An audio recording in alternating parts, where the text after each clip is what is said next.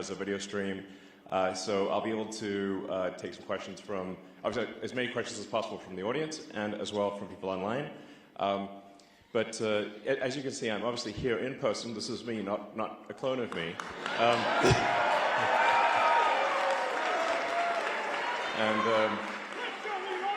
And the reason I'm here in person is because Pennsylvania is so important to the future of the world. So,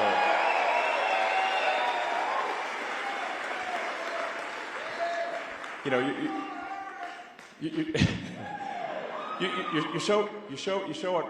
you show what matters by your actions, not your words. And my actions are: I'm here, I'm in Pennsylvania, and I'm here for a very important reason. Which, yeah, which is. I can't emphasize enough that Pennsylvania is, I think, the linchpin in this election. And this election, I think, is going to decide the fate of America, and along with the fate of America, the fate of Western civilization.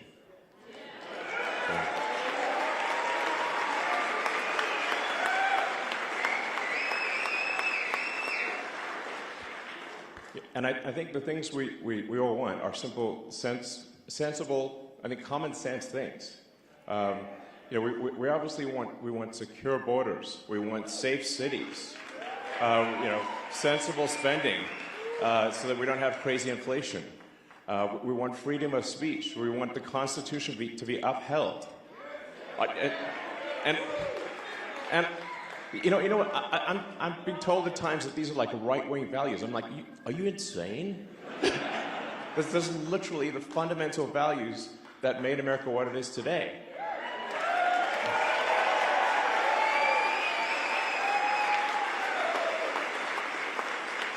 And anyone who is against those things is fundamentally anti-American. And the hell with them. Yeah.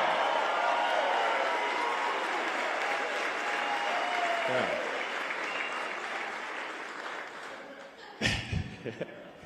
I see I'm getting a lot of agreement from everyone in this room. So, yeah. So, and you know, I actually lived in Pennsylvania for 3 years, by the way. I'm no stranger to the state. I lived in the city for 3 years. I went to school here. So, you know, so I know the state. I'm not some, you know, just arrived situation. You know, I've been here, spent 3 years of my life here. So, it's a great state. Love it, you know. And, yeah, yeah, it was awesome. But you know, the thing is, like, I was talking to friends of mine who, like when I went to Penn, it was very dangerous at the time, but everyone thought it would get better you know, would get better as the years went on. You know, one of the issues was like students would get killed from time to time, and that's pretty bad, obviously. And I was talking to someone who recently graduated from Penn. They said, actually, it's worse. And I'm like, it's worse? What the hell is going on? You know? It's like, yeah. Well, yeah, I mean, the reality is that if someone is a violent criminal, you know, where they either are unable to control their violence or they like it, if you do not incarcerate them, they will hurt people. That's what it comes down to.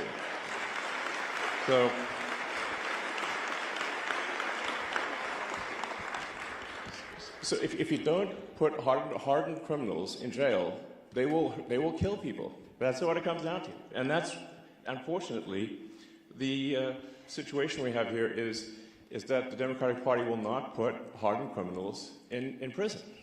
And so they roam free, and they prey upon you, and your kids, and your family, and your friends. This is insane. How can we be, you know, the most powerful country in the world, and it's not safe to walk around our cities? What the hell is going on? Yeah. I mean, Soros, honestly, misanthropic. You know, for someone who has, you know, sort of claims to be doing good, but actually he is not. You know, he is tearing down the fabric of society. So terrible. Yeah. But I think it's just unbelievable that like, you should be able to feel safe walking around American cities. And it's not just, Philadelphia has a challenge, New York has a challenge, every major city in the U.S. Like my mom lives in New York, for example. 3 of her friends have been assaulted on the street this year. It's like, and it's getting worse. And now, when she takes her dog for a walk, she has to stay, inside of the building so she can call for help if need be. This is not the future we want. And if we get 4 more years of this, I mean, we're going to be fully Mad Max, And it's like, oh, it's nice to watch a Mad Max movie, but we don't want to be in the Mad Max movie, okay?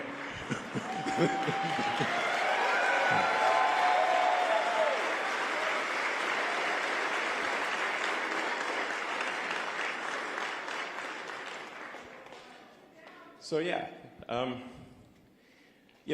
then the whole border thing is just insane. I always want to try to figure out what is the truth of the matter, what's really going on.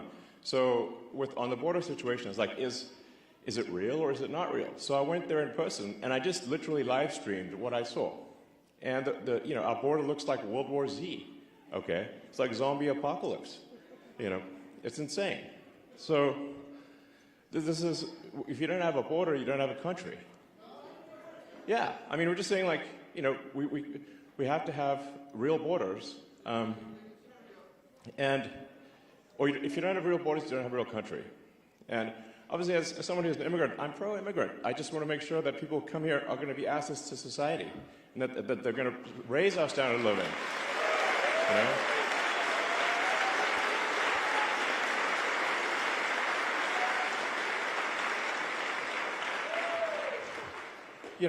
I think the sort of sports team analogy is a good one. So, like, let's say you're a pro sports team, you want to win the championship, then, well, you want aces on your team, obviously, because they help the whole team win. So the same is true for immigration. If we have this sort of equivalent of, like, Kobe Bryant or Steph Curry or LeBron or something like that, if they want to join the team, like, absolutely, of course. Do you like winning? Yeah, okay. But if they can't play basketball, they shouldn't be joining. So that's real important.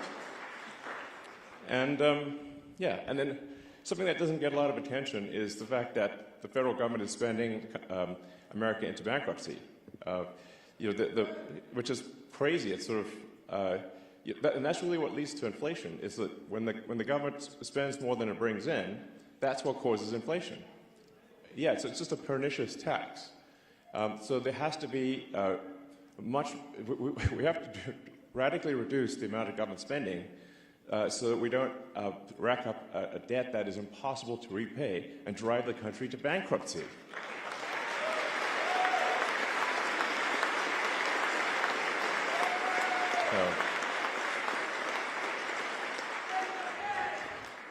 I mean, just basic stuff, really, These shouldn't be controversial topics. It's just like normal. Common sense, exactly. And you're seeing all these attacks on freedom of speech, and they're like attacking me for freedom. It's like, yo, that's the First Amendment, like literally the first one. Tells me it's a high priority. And the reason they had the First Amendment was because the countries people came from, if you spoke your mind, you'd be imprisoned or killed. That's why you have it.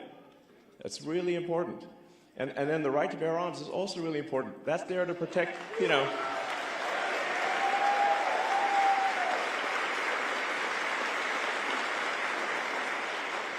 I mean, the Second Amendment is there to protect the First Amendment. So,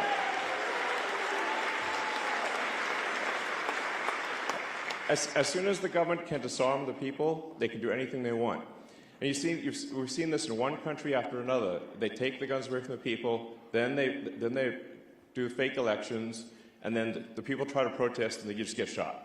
That's what happened in Venezuela recently. They had a fake election. Maduro lost, like massively lost, like 70% loss. And he's like, "Oh no, I won." And everyone's like, "Oh, you didn't win." There were big protests in the street. But the thing is that Chavez, when he came to power, took away everyone's guns. So now you're facing, soldiers with assault rifles where you're going to throw some sticks at them or something, use finger guns. It doesn't work. So Maduro, even though he lost the election, is still in power. And that's the kind of risk that we face.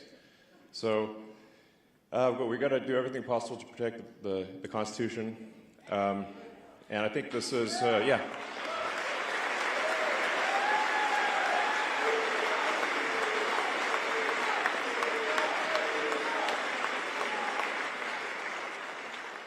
So, for all those reasons, that's why, after thinking about it hard, it was very clear to me that Donald Trump has to win this election. It really does.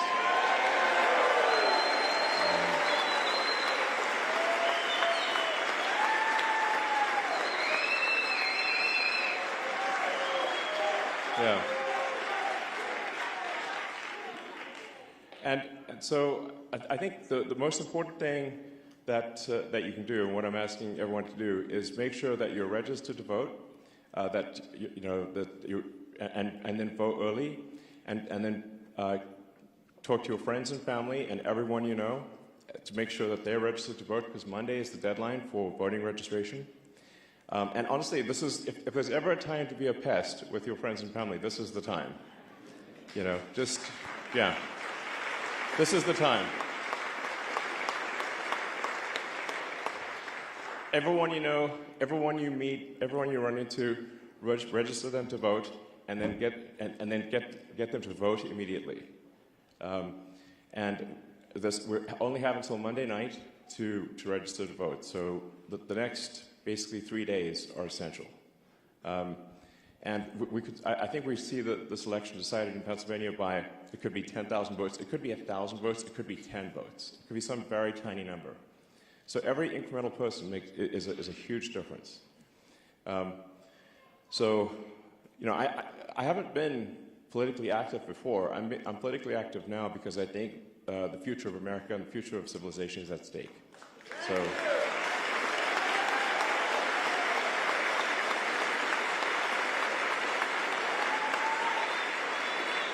Yeah. So, please go all out registering people. We have 3 days. Let's go. Anything you possibly do. So with that, I'm happy to answer questions or take comments from the audience. And yeah. Thank you.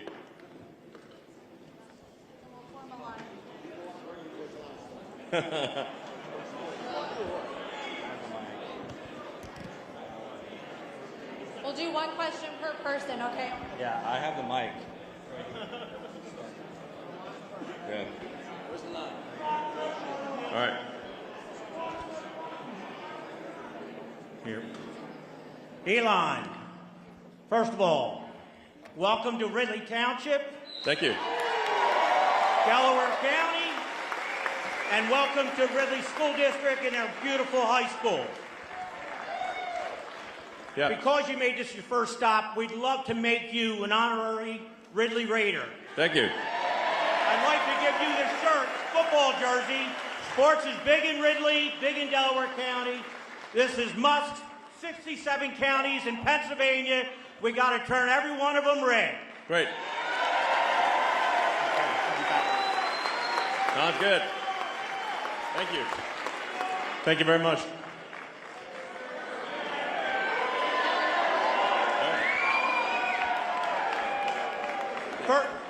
First question is, what can all of us here, everybody in this auditorium, everybody watching the live stream, what can we do now to make sure we get Donald Trump across the finish line in Pennsylvania and everywhere else in this country? Yeah, it's fundamentally for the next 3 days, just everyone needs to focus on registering friends, family, acquaintances, everyone you know. Because if you're not registered by Monday, that's why I'm being sort of repetitive about this and really emphasizing this. Anyone not registered by Monday evening, or if they're registered incorrectly, their vote won't count. They won't be able to vote. So we got 3 days. It's all about registration, registration, registration, registration every single day. And like I said, this election could be decided by a handful of people. It could just be that a little bit of extra effort on voter registration decides the entire future of civilization. So that's why I'm saying, man, this is, if there's ever a weekend to spend going hog wild on registration, this is it. Yeah. Whoa!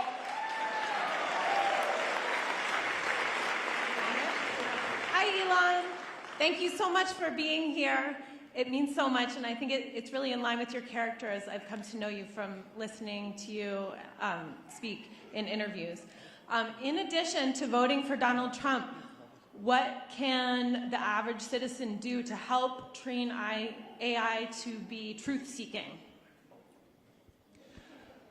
Well, I think definitely, publicly pushing to ensure that AI is truth-seeking and is not sort of politically correct or which means factually incorrect. That's a big deal. Like, just speak out on social media and certainly complain loudly when other companies attempt to essentially program their AI with a dystopian San Francisco, Berkeley philosophy. And if you want to know where that philosophy leads, just walk around the streets of San Francisco. But be careful, because do not get killed by a violent drug zombie, because they're all over this downtown SF. It's insane. So you can see where does that philosophy lead? And unfortunately, I think a lot of the AIs are being programmed, at least implicitly, with that misanthropic dystopian philosophy. Yeah. Hi, Elon. Right here, on your right. Sorry, with the lights in my eyes and stuff, it's hard to see. So, yeah. Hi, my name is Jasmine. I'm originally from Malaysia, and I've been here 20 years. I came here legally. I see a lot of immigration and a lot of immigrants who came here legally. They all support Trump, and they want a strong economy. They want, family values and all that. And oh, by the way, I came here because my daughter goes to school here. She told me to come over. I used to be really, really active in promoting, Trump campaign 4 years ago, and I got burned out, and I'm so frustrated.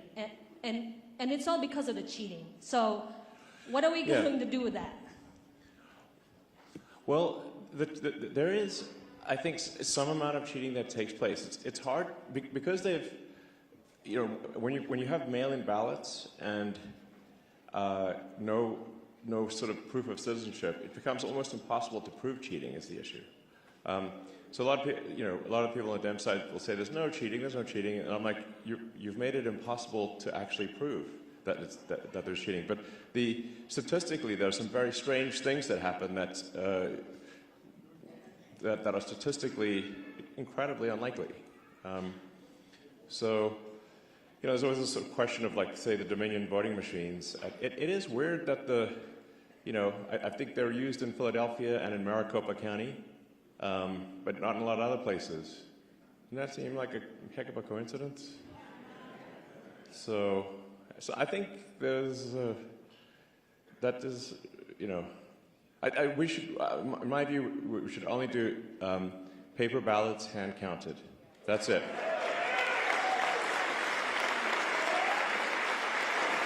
I mean, I'm a technologist. I know a lot about computers, and I'm like, the last thing I would do is trust a computer program. Because it's just too easy to hack. It's too easy to add just one line. And it's really difficult to hack paper ballots. So, in-person voting with proof of, with ID, which, by the way, every country has. I mean, like almost every country that has democratic elections requires in-person voting with voter ID. This is weird. It's super weird to not have that. I think that's the only way to effectively address fraud. Given that we are today, I think we just need a very big margin of victory.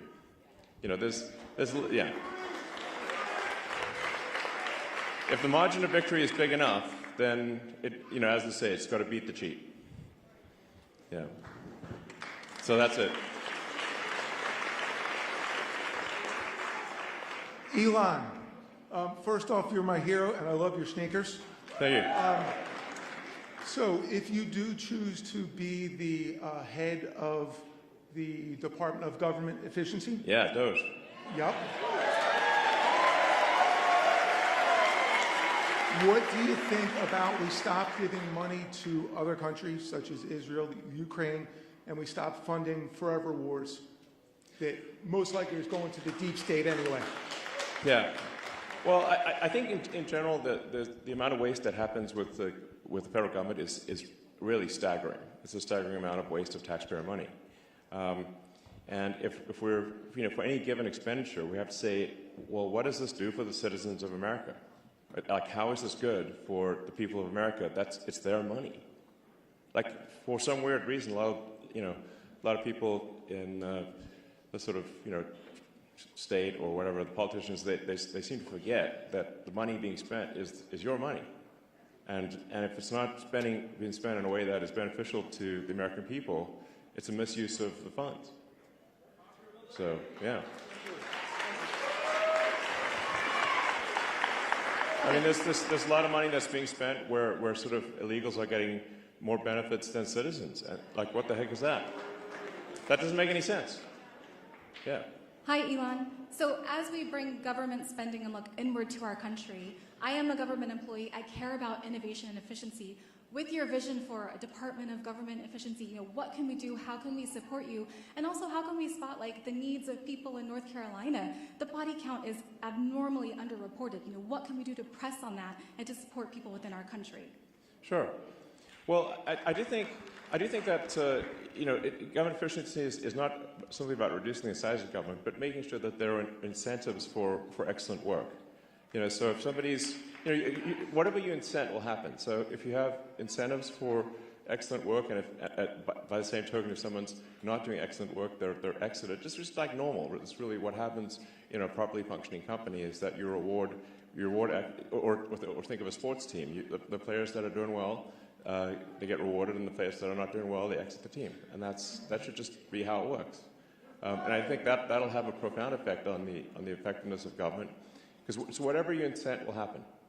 So if the incentives are aligned with saving people in North Carolina, then that's what will happen. But if you have a sort of a failed response to the disasters, to the hurricane disasters, and no one even gets fired, well, okay, what do you expect? No one's going to take action.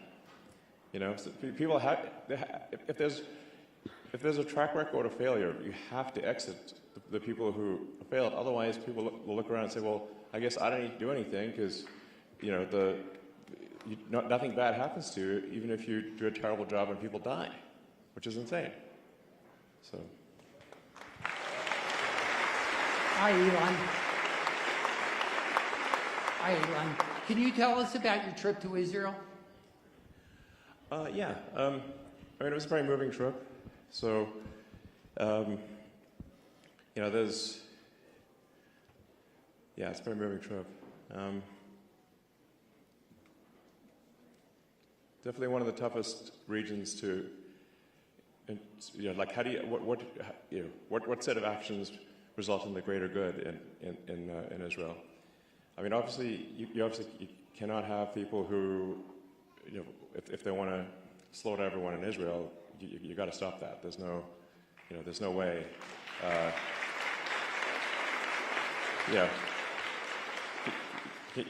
Those people either need to be killed or incarcerated, or they will simply try to kill more Israelis. This is what it amounts to, obviously. And they want to kill Americans too, by the way. Generally, Israel is referred to as the little Satan in America. We are the big Satan. That's what the Ayatollah calls us. So, so I think, I think a lot of what's happening there is people are being taught to hate, in Gaza from when they're children. They're taught to hate, and that's really the thing that needs to stop for there to be, long-term peace, hopefully.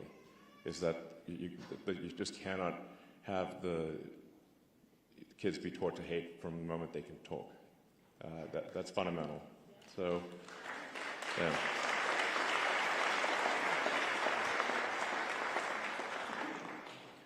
So, so I think there's it's kind of a three-step process there, which is, you've mentioned one has to do the difficult thing, which is to, yes, eliminate Hamas, exactly. And then, and then I think also going forward, anyone who's teaching hatred in Gaza or elsewhere, they need to stop doing that. That can't be acceptable. And we have to stop, kids being taught to hate America in America. So.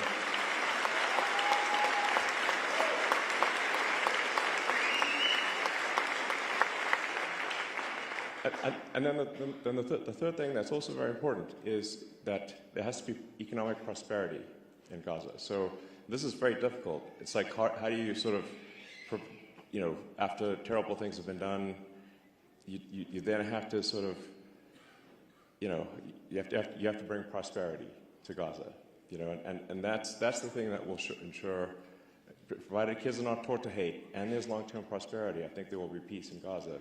And we see an example of that after World War II, where with Germany and Japan, they were defeated. They obviously did terrible things, but changed the education system. And unlike World War I, we helped rebuild Japan and Germany. The Marshall Plan. Instead of exacting vengeance, America insisted, we're going to help rebuild Germany. We're going to help rebuild Japan. And now they're our allies. And there's been no war ever since.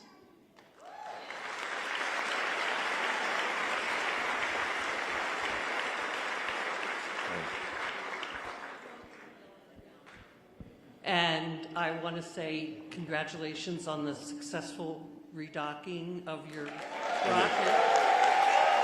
Big deal.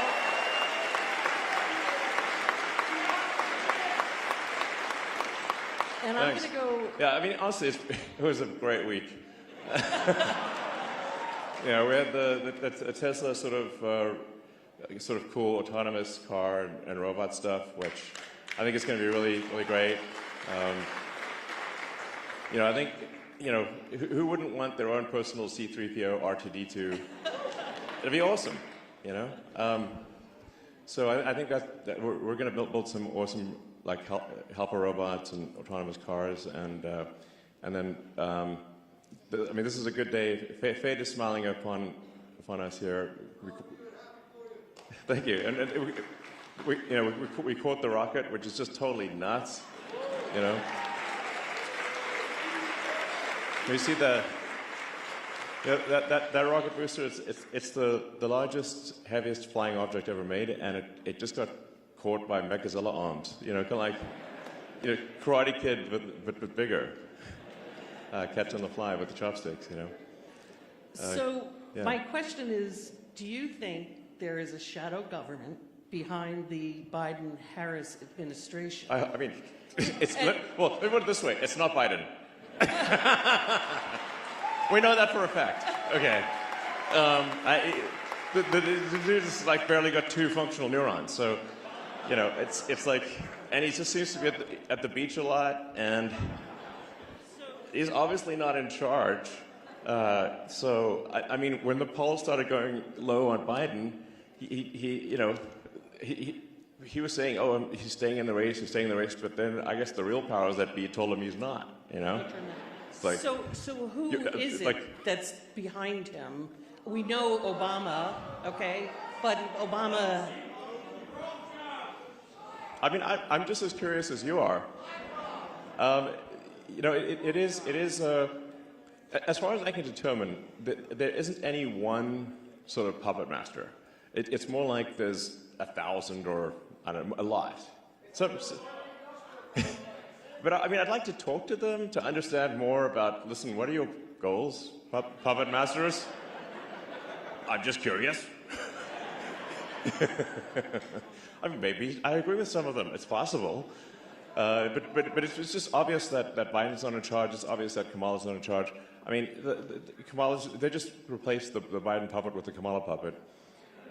Very obviously. And it's, you can tell, like, if the teleprompter stops working, then the puppet breaks. And it's like, oh. the puppet just starts looping because the teleprompter broke. I don't have a teleprompter. I just talk like a normal human. So I mean, I think it's not, from what I can tell, it's not one puppet master, it's many, but, you know, interesting to see the crossover between the Epstein client list and Kamala's puppet masters. I bet there's a lot of names that appear in both lists. Oh, sorry. Yeah, Diddy too. Can you hold it up a little higher so I don't have to bend? Diddy did it. Elon, my name is Gregory Stenstrom. I'm from here, Delaware County. There's two people who know me.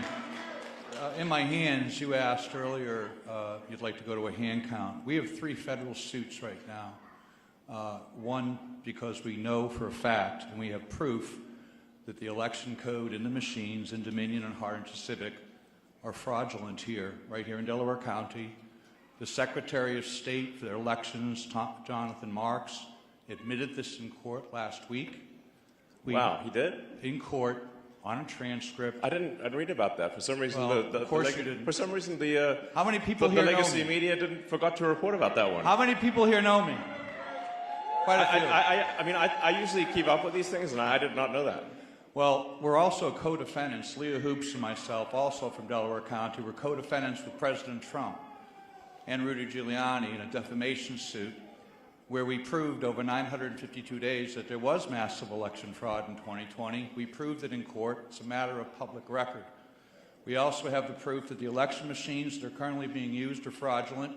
We have videos right now that I can show you of ballot boxes being stuffed here in Delaware County, Montgomery County, Chester County, and across the state. Okay. We have that video. We have submitted this to the federal courts in 3 federal cases. We have a SCOTUS case right here. Yeah. And the SCOTUS case is just simple. It asks the DOJ to rescind their policy not to investigate election fraud. Which seems crazy. We are being blocked. Yeah, I mean, blocked, this DOJ is doing a great. I don't know what just take the J out of the name. You know, What am I thinking? Department of Injustice. What I'd like you to do, Elon, is I don't want to take too much time, and I know this is kind of a shock, but we have a book here, Parallel Election. I have the Supreme Court case, Yeah. and I have the federal suits here. We've called your people. We've called the people who are supposed to be helping. We have Yeah. hundreds of people right now ready. Yeah. They're out taking videos. They're training poll workers, and we are not getting support from many of the people in the first front rows here. And their pictures, if you want to know who they are in this book. Well, I'd like to give it to you. let's.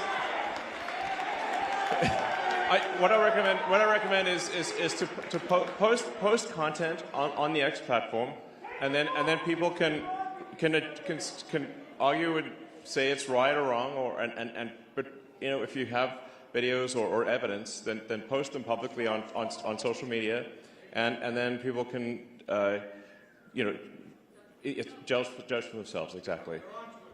Okay, great, excellent, thank you. But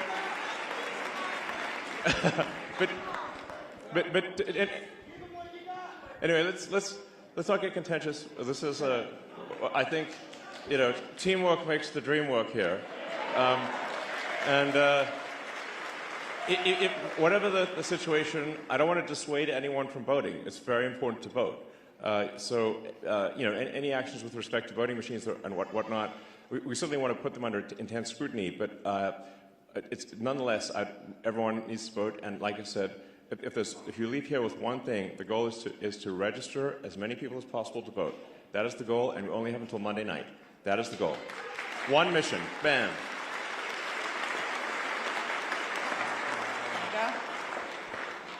Hi, Elon. Thank you for being here. First, I want to thank you as somebody with a spinal cord injury for being innovative because not many people are.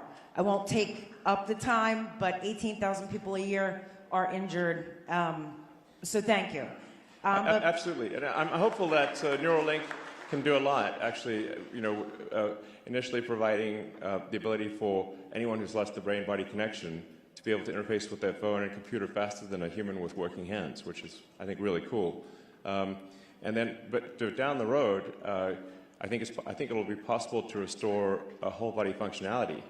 If you have a Neuralink in the motor cortex that then shunts past where the neurons are damaged in the spine, I'm confident that long-term you can actually restore people's ability to walk and use their hands.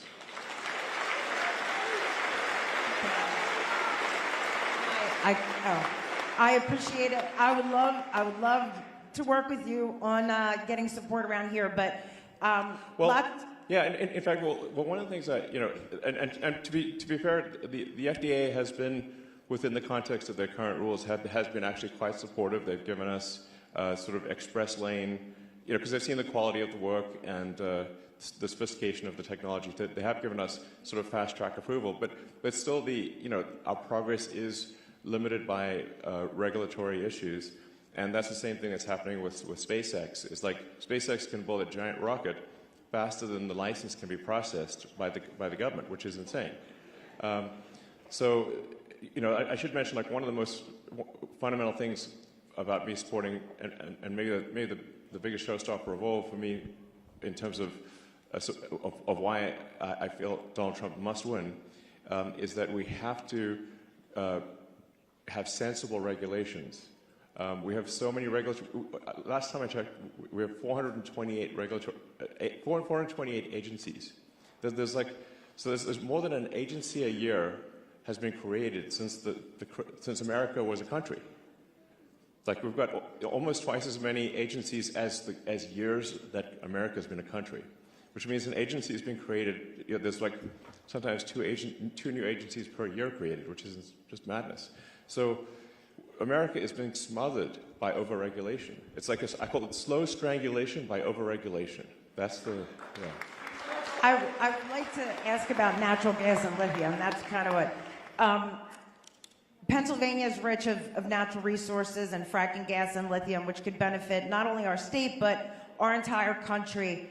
However, many residents, and I have to be honest, along 350 miles of Pennsylvania had real challenges like eminent domain and the destruction of water sources, such as what happened with the Mariner East pipeline. How can we ensure that while utilizing these resources, we work closely with local governments and residents without the federal government overreaching and forcing land from homeowners?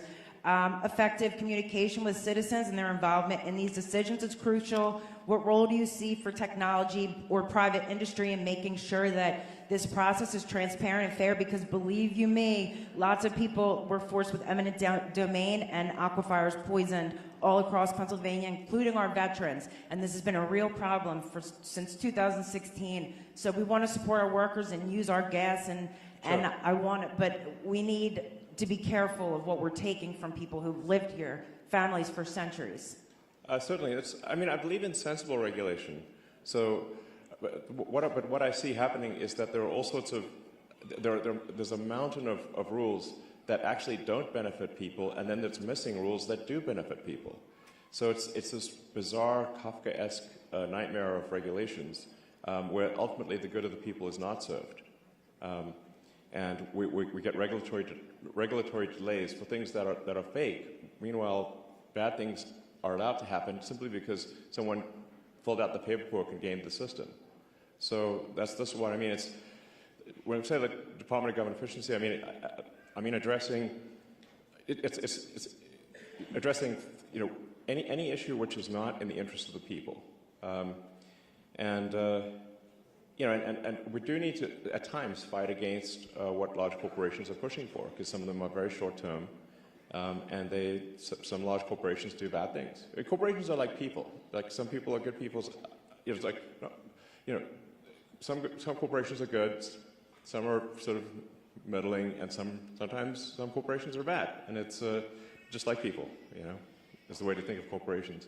So we've got to stop the corporations that want to do bad things, make sure they're doing things that are in the interest of the people, and then corporations that want to do good things, they shouldn't be slowed down by smothering regulation.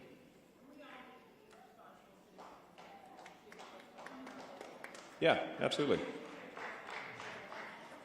Yeah. Yeah, and I think these things should be done very much in the open so people can understand what's going on and nothing, in the shadows. So sunlight is the best disinfectant.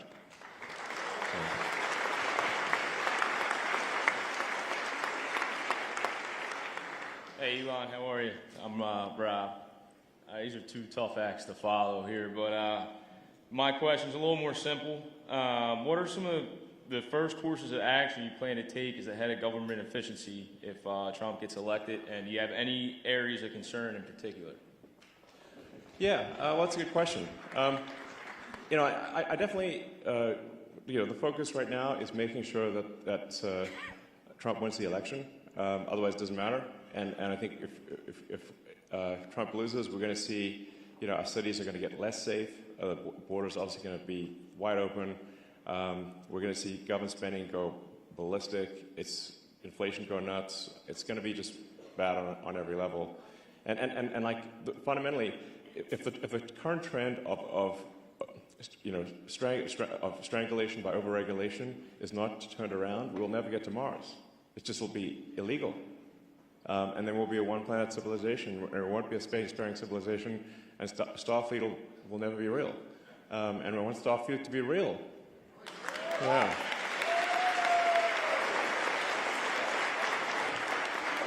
So, now I've had quite a bit of interaction with the government, because SpaceX is the biggest NASA contractor, actually. Does a lot of work for NASA. And I'm a big fan of the agency, by the way. But there's, there are expenditures that don't make a lot of sense, that are wasteful. And we need to put a stop to that.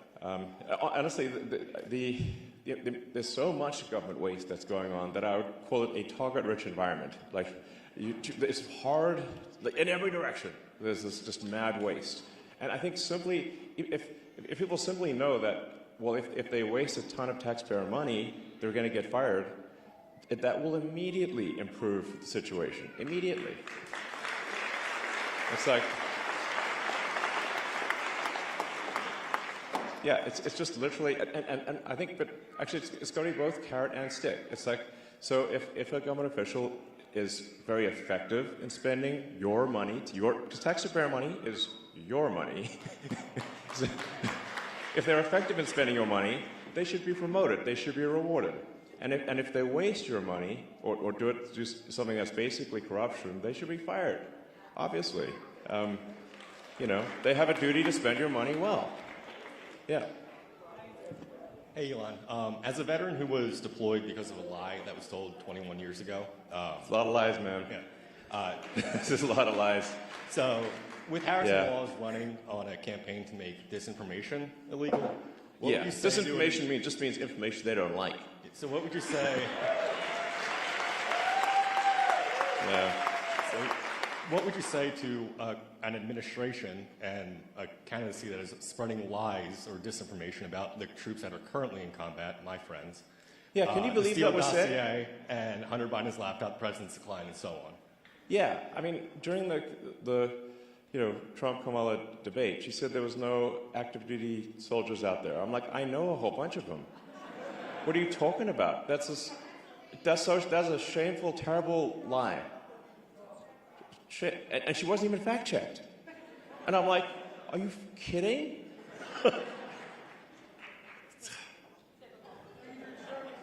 I mean, yeah, thank you.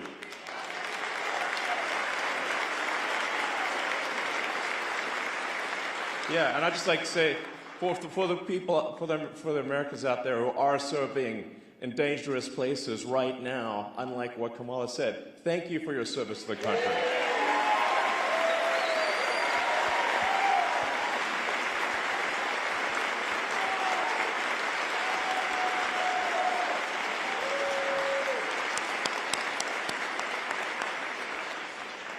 Elon, thank you for stepping up to help America when you don't have to. Like, you could be on an island right now. Yeah. Yeah, you know, I could be, you know, yeah, I have a lot of jobs. No, it's true. I mean, there are, you know, a lot of people I know who are on a yacht, sipping a Mai Tai, whatever, in an island, you know, and, you know, that is a thing I could be doing. But I think I can't do that if I think the future of civilization is at stake, which I do. My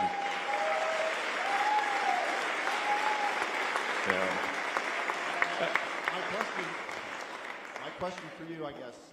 One, do you know Alberto Congawala? He's the system manager for Europa Clipper.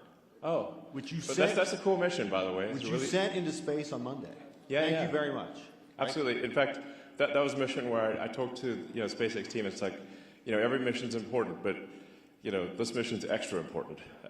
So, yeah, because I'm like, you know, I want to. I think like you, like I think most people, I want a future where you look forward to it and you're excited about what's going to happen. That we're going to learn new things. That it's going to be better than the past. You know, and a future where we're a spacefaring civilization, and we're out there among the stars, where Star Trek is real. You know, that's exciting. I mean, they have to be, like, life can't just be about solving one problem after another. There have to be things that inspire you, that move your heart. You know?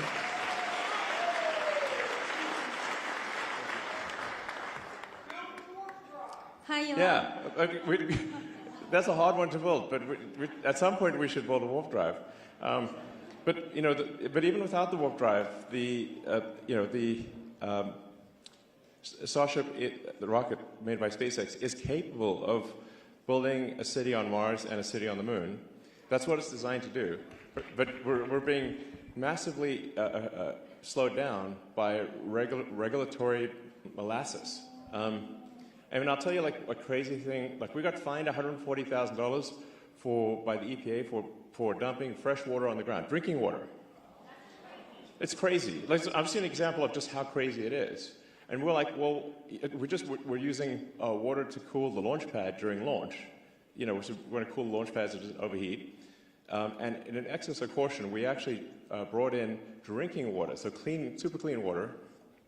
And the FAA said, no, you have to pay a $140,000 fine. And we're like, but we let Starbase is in a tropical thunderstorm area. Sky water falls all the time. That is the same as the water that we used. It's lots of sky water. So, and it's like, we didn't actually, there's no harm to anything. And they said, yeah, but we didn't have a permit. We're like, you need a permit for fresh water? Are you, what? Yeah, it's just totally crazy stuff like that. And then they said if we don't pay the fine, they're not going to process any of our future applications. So they're like, this is the kind of crazy stuff we're dealing with. Yeah. So.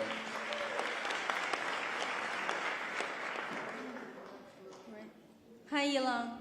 My name is Sarah. I'm from Philadelphia. I have a whole team here. First of all, I'm really excited about your recapping of this rockets and your Hyperloop program.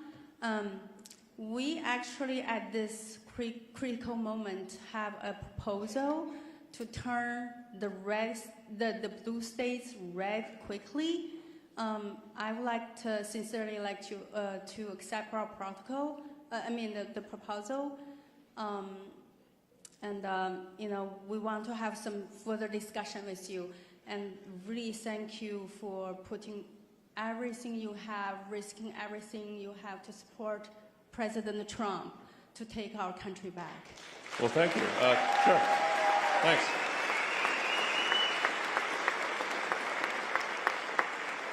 Thank you. Hey. All right.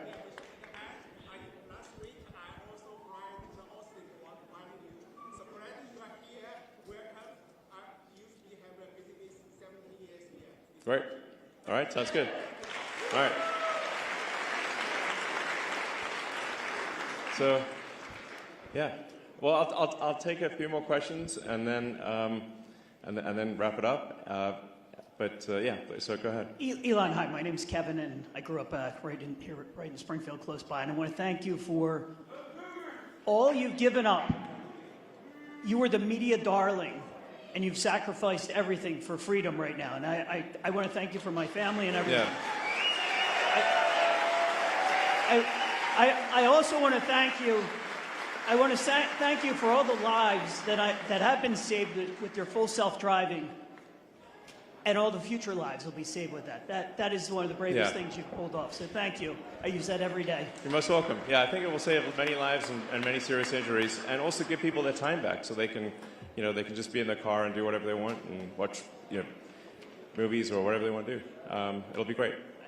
I absolutely agree. My question for you is, and this is a very confusing thing in Pennsylvania, do you think that we should, as a voter, vote in person, wait until voting day to vote in person, or do a mail-in ballot right now? I think you should you should vote immediately right now. Yes. Can you explain real quick why? Should you have a pen? I don't know if does somebody have a pen or something?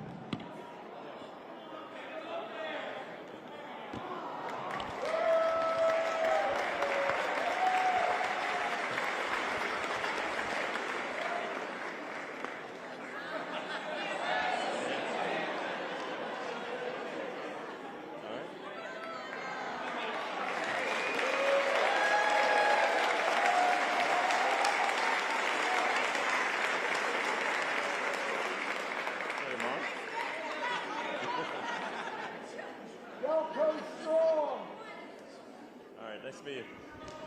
All right. Yeah, so where were we?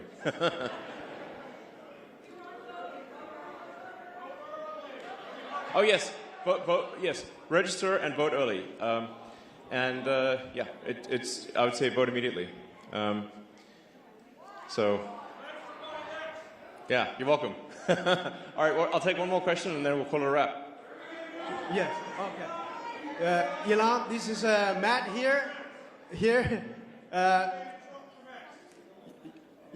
Elon, this is Matt from East West IT Services here.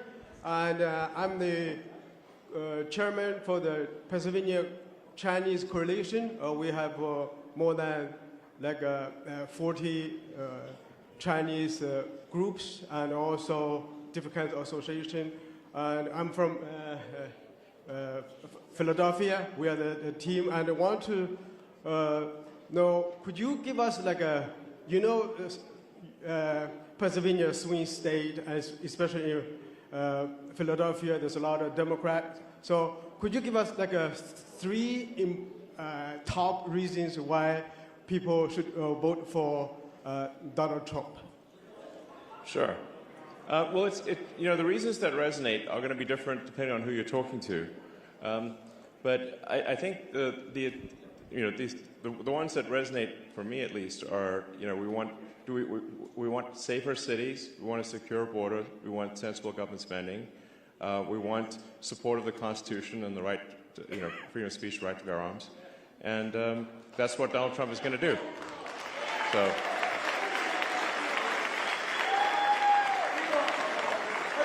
And the other thing I think is maybe a concern is that I think if there's 4 more years of sort of the sort of puppet regime, they're actually going to legalize so many illegals in the swing states that there won't be swing states anymore, and this will be the last election in that case, and will be a permanent one-party state like California, And you know, in California, in California, which is mind-blowing, they passed a law banning voter ID for any election in California whatsoever.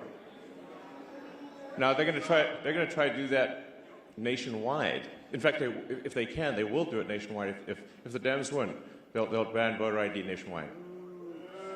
So that's why I think if Trump doesn't win, this is the last election. Yeah. Thank you. Thanks, everyone.